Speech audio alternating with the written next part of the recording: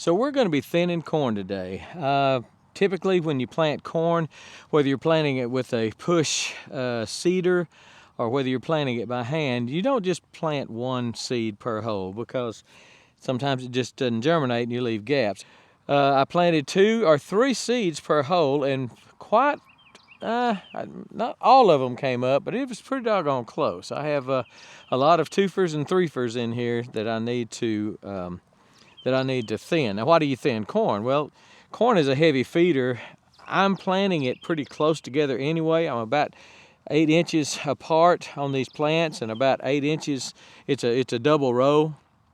Now, corn has always done well in these tubs. This is my tub garden, my raised bed garden. So I'm planting it pretty thick anyway. At 8 inches apart, I'm planting it pretty thick anyway. So I don't want it any thicker than that by having more than one corn stalk coming up. So I'm going to not just yank up on it, I'm going to pull up on it as I press down. I want to keep this one. This one seems to be my best example of a good corn plant. So I'm going to pull up on this one and this one without trying to disturb that one. So I'm going to do that on each and every one of them. That one's only a solo. This one has 2. I'll pick one and pull up. Sometimes it snaps off. I wish the roots would come out because I don't want a sucker to come out. I don't want that to come out as a sucker, but it is what it is. So let me scoot over. I believe this is going to be a less viable plant. So I like for it to come up with the roots and all. And sometimes you get that. This one is trying to keep the most viable plant that has come up, that has germinated. This one has 3. I'll keep probably the one in the middle. Take that out. Got the roots on that one.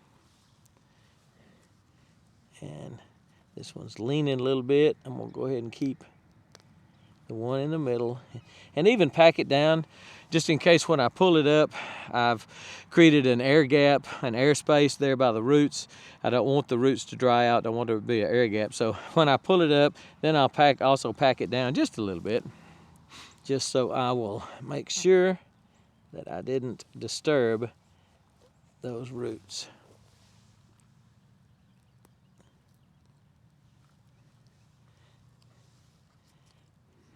Now this is kind of labor intensive when you've got a big long row.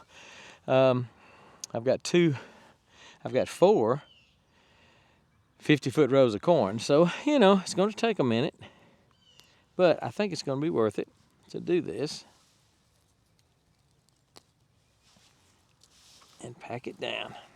Make sure everything has good contact with the soil.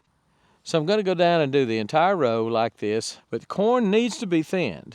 Corn needs to be pulled up or cut off. I don't like cutting it off because it would be easier to cut off, but I feel like that stalk that's coming up, if I just cut it off, would regrow. I may be wrong about that, but I've seen it happen in corn that was this tall that cows came in and grazed. It regrew and made corn. So, and they cut it down. They cut it down hard.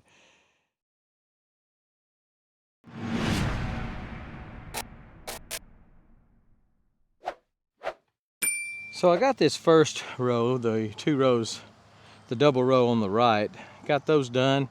I'm going to get a bite to eat, do the other row.